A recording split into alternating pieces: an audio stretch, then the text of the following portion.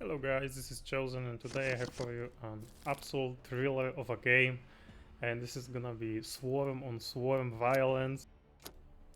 Now I'm gonna be playing Neurotrop and our opponent is Swarmlord, which is pretty unique character because he have changed the attack power, 3 melee and only 1 range.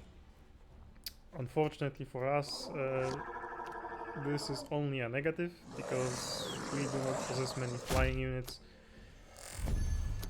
so it is a slight advantage for our opponent. But let's see. We have a choice to do a 2-drop, but there is no point of doing it because it only have 3 HP, so opponent can just kill it basically for free. I mean, we will do 2 damage, but there's no reason to do so. And opponent starts with the Genestealer. This is very interesting card. If not answered, it can eat us up. But on the other hand, it has a 0 range damage. So you can always nibble it down for free with your commander and then maybe help up with some spells once the camouflage is gone, because it's gone once the unit attack.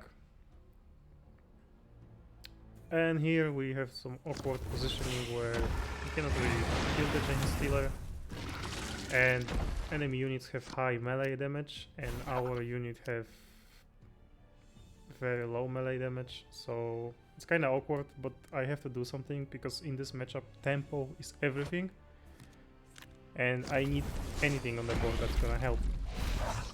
So the good thing, although, is that mine at least dealt 2 damage to the enemy because he cannot kill it with range damage due to only 1 range damage. So the Genestealer is gonna be growing, and if unanswered, it's gonna basically kill us eventually. Pretty decent card, although have its drawbacks. I would say it's pretty balanced. So we slam just a stealthy boy here, because I want to get some control back, and that's like the easiest way to kill the Genestealer. We could try to deal with him with our defensive card, but it deals 1 to 3 damage, which means it is not guaranteed. And I also have a Sporosit on my hand, so which means every time I cast a spell I get a free mine, and mines are harder for my opponent to deal with due to his commander choice. So that's also that. It's also useful. Yeah, and here we go with the Sporosit probably. And every time we cast a spell we get a free mine. As I said, against this particular only leader in the game, the mines are actually better, because normally you can kill them for free. And he needs to actually take 2 damage, so that's pretty big, I would say. And yeah, the board is ours. We clear the Genestealer, and opponent counters with exactly the same thing, although his buff is better because it increases his not only HP but also the damage stats. Now we have a bunch of options here. We could just slam Broodlord, and he has stealth, so he's gonna survive and next turn go for something big. But I would rather deal with the opponent's board, because again, in this particular matchup, the board control is everything, and this is due to the fact that Swarm have basically no damaging spells, no combat potential. Your only combat potential comes from the stealthy creatures that your opponent cannot target, but basically you are doomed. There's no flanks. The only flank you can give is from 1 mana spell. So it is pretty hard to go back to the board with Swarm, at the moment at least.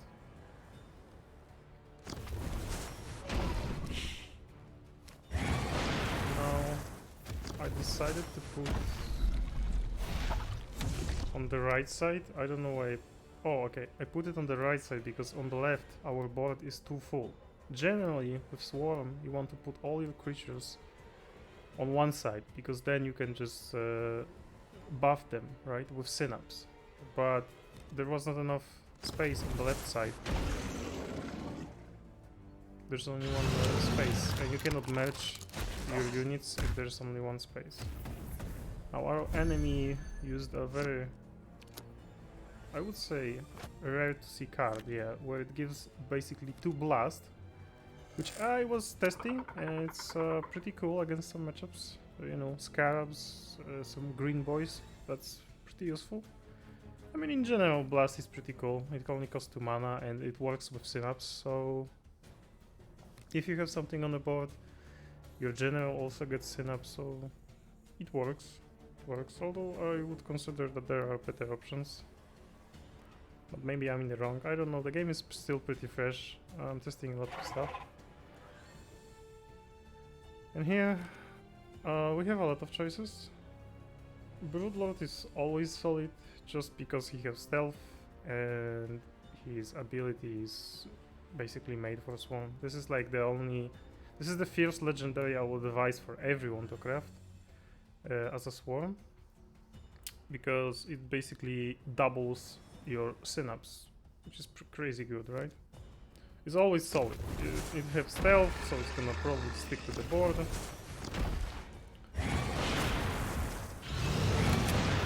we have a little problem with this tanky boy there, 2 armor, thick as hell.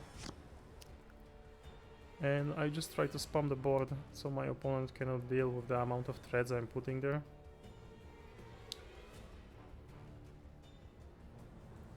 I don't know if it was correct play, honestly.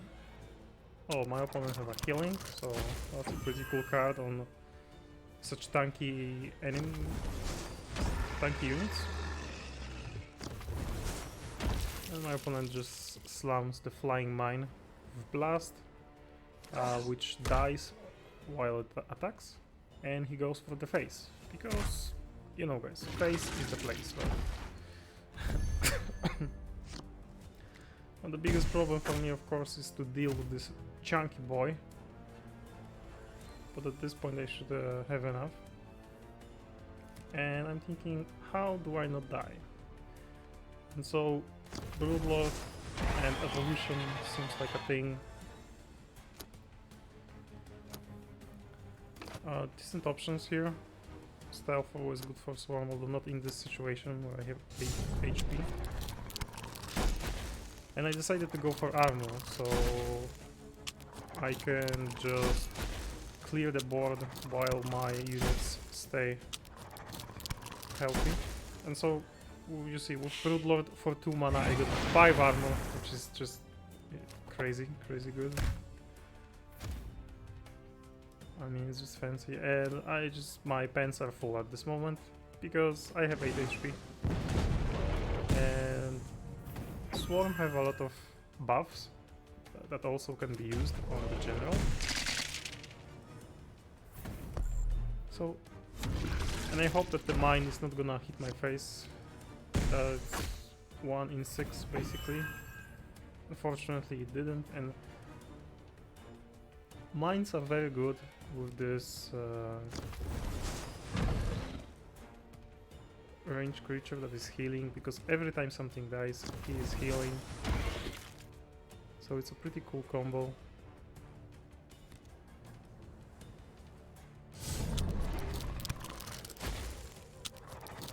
My opponent goes for another Gene Stealer and some extra HP to his unit. And he goes for the face because he just wants to race me.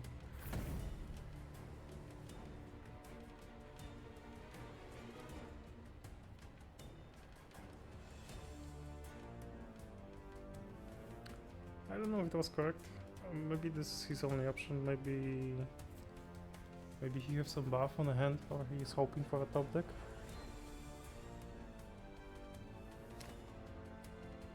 But I am at 5 HP. Very chunky units on my side, which my opponent decided to ignore. He could kill the mine layer, for example, for 1 health. But I guess he decided that he cannot come back to this board. Especially that he only have 1 card left.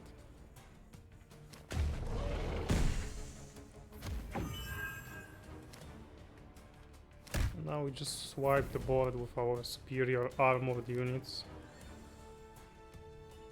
And of course I would like to put some vanguards, but unfortunately our hand doesn't present with such opportunity. So I just slam more bodies. And yeah. The play there also was that the Broodlord, because I was low on HP when I dumped him, the Broodlord also buffs HP of our Warlord. So if Broodlord would stay close to our Warlord, we could give him 2 HP for 1 mana with our talent. That was also a thing we could have considered. Unfortunately, this is how a Swarm matchup goes. Is that once you lose board control, you are probably not coming back.